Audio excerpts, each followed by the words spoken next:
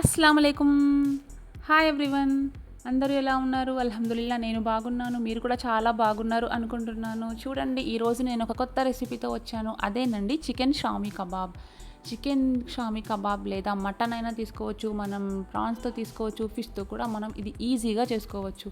మన పిల్లలకి కానీ మన పెద్దవాళ్ళకి కానీ ఎప్పుడైనా మనకి నాన్ వెజ్ తినాలి అనిపిస్తే తెచ్చి వండుకొని చేసే అంత పని లేకుండా ఎంత క్విక్గా అండ్ ఈజీ రెసిపీ అండ్ అంతే డెలీషియస్ డిష్ అండి. ఎంత బాగుంటుందంటే మీరు ఒక్కసారి చేస్తే మీకు తెలుస్తుంది. ఒకసారి చూడండి ఎలా చేస్తున్నానో. చికెన్ తీసుకున్నానండి. చికెన్ 1/2 kg బోన్లెస్ తీసుకున్నాను అండ్ వాటిని చిన్న చిన్న పీసెస్గా కట్ చేసుకోండి. కట్ చేసుకున్న దానిని కుక్కర్లో వేసేయండి.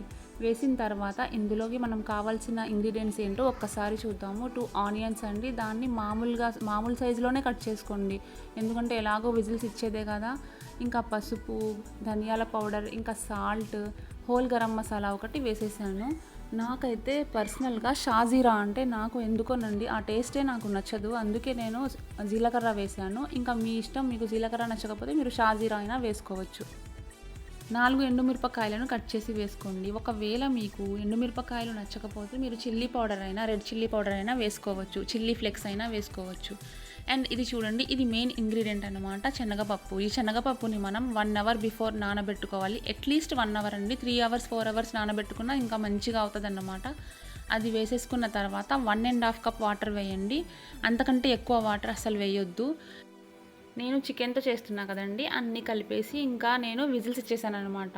మనం మటన్తో చేస్తే కూడా ఈజీగా చేసుకోవచ్చు. అది ఎలా అంటే, ఫస్ట్ మనం ఏం చేయాలి అంటే మటన్ బాయిల్ చేసుకోవాలి. మటన్ బాయిల్ చేసిన తర్వాత ఈ ప్రాసెస్ అంతా మళ్ళీ చేసి మటన్లోనే శనగపప్పు అవన్నీ వేసి మళ్ళీ 4 విజిల్స్ వచ్చేదాకా చేసుకోవాలి అన్నమాట. ఆ ప్రాసెస్ అలా ఉంటుంది. మటన్ది కూడా చాలా బాగుంటుంది. మీకు ఒకవేళ కుదిరితే అది కూడా ట్రై చేయండి. తర్వాత మనం ఏం చేసామంటే 1 కప్పు ఆయిల్ వేసానండి. ఆయిల్ వేసి తర్వాత నేను జింజర్ గార్లిక్ పేస్ట్ వేయాలి. జింజర్ గార్లిక్ పేస్ట్ వేద్దాము అంటే నేను ఆ రోజే మా ఇంట్లో అయిపోయింది. సరేలే ఇంకా ఏం చేద్దాము, వదిలేద్దాము అనుకున్నాను. కానీ వీడియో తీయాలి, నేను ఎలాగైనా మీకు ఈ రెసిపీ చూపించాలి అని అనుకున్నాను గట్టిగా. ఇంకా చాపర్ ఉంటుంది కదండి, చాపర్లో వేసి మంచిగా మా ఆయనకి ఇచ్చేసాను. నా హస్బెండ్ చేస్తే అలా వచ్చింది అల్లం వెల్లుల్లి పేస్ట్. పవర్ లేదు, అందుకే మేము కిచెన్లో కూడా కాకుండా ఈ చిన్ని స్టవ్ ఉంటుంది కదా, ఈ స్టవ్ని తీసుకొచ్చి బెడ్రూమ్లో పెట్టి మరీ వీడియో కోసం ఇన్ని తిప్పలు పడ్డాం. మేము ఇన్ని తిప్పలు పడుతుంటే చూడండి, మా బాబు మాత్రం ఎప్పుడు చూడు ఆ కార్ల గోలే. ఆ కార్ వండుతున్నాడు చూడండి, కార్ వండుకొని కార్ రోటీ తింటున్నాడు. ఫైనలీ 4 విజిల్స్ వచ్చాయండి. వచ్చిన తర్వాత చూడండి, ఓపెన్ చేసి చూస్తే ఇలా ఉంది. నేను ఏం చేశానంటే వేరే విజిల్లో ట్రాన్స్ఫర్ చేసుకున్నాను, మంచిగా మనం మిక్స్ చేయడానికి ఈజీగా ఉంటుంది అని. ఆ రోజు ఏం చెప్పమంటారు, పవర్ పోయి ఇంకా రానే లేదు. ఎన్ని అవర్స్ తీసేసారో తెలుసా. ఇప్పుడు ఇలా డ్రై చేసేయాలి అనమాట. డ్రై చేసేసిన దాన్ని మనం మిక్సీలో వేయాలి.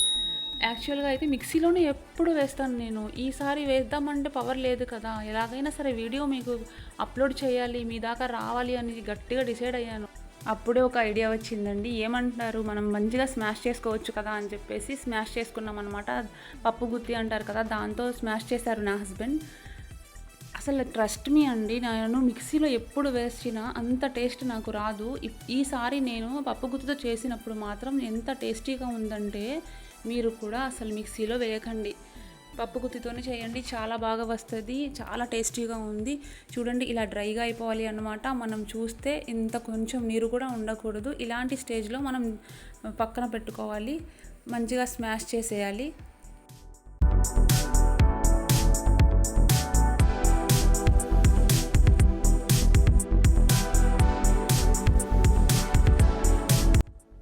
మనం స్మాష్ చేసిన ఈ మిక్స్చర్ని బేసిన్లో వేసుకోవాలి. బేసిన్లో వేసుకున్న తర్వాత నేనైతే ఏం చేశానంటే 1/2 లెమన్ స్క్వీజ్ చేసుకున్నాను అండ్ 1 ఎగ్ వేసుకున్నాను.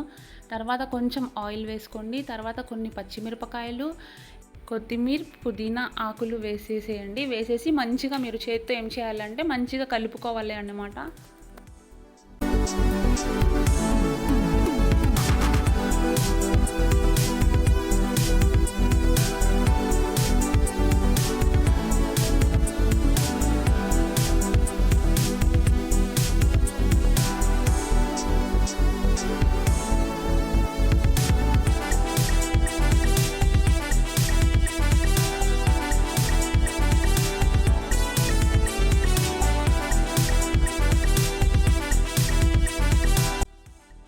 అలా కలుపుతున్నప్పుడే మీకు మంచి స్మెల్ వస్తూ ఉంటుందండి. ఆ స్మెల్కే మీరు చాలా టెంప్ట్ అవుతారు. చూడండి నేను చెప్తున్నా కదా, కొంచెం ఇప్పుడు ఒక చిన్న చిన్న బాల్స్ లాగా మనం చేసుకోవాలి. చేసుకొని దానికి ఆయిల్ అప్లై చేస్తూ మీరు వడలు ఉంటాయి కదా, వడలు అయితే ఎలా వేస్తారో అలాగే చేసుకోండి. క్రాక్స్ అవి ఏమీ రాకూడదు, ఎందుకంటే మనం ఆయిల్లో వేస్తాం కదా. ఆయిల్లో వేసిన తర్వాత అవి విరిగిపోతాయి. అవి విరిగిపోకుండా ఉండాలి అంటే మనం ఆయిల్తో దాన్ని మంచిగా వడల్లాగా చేసుకోండి.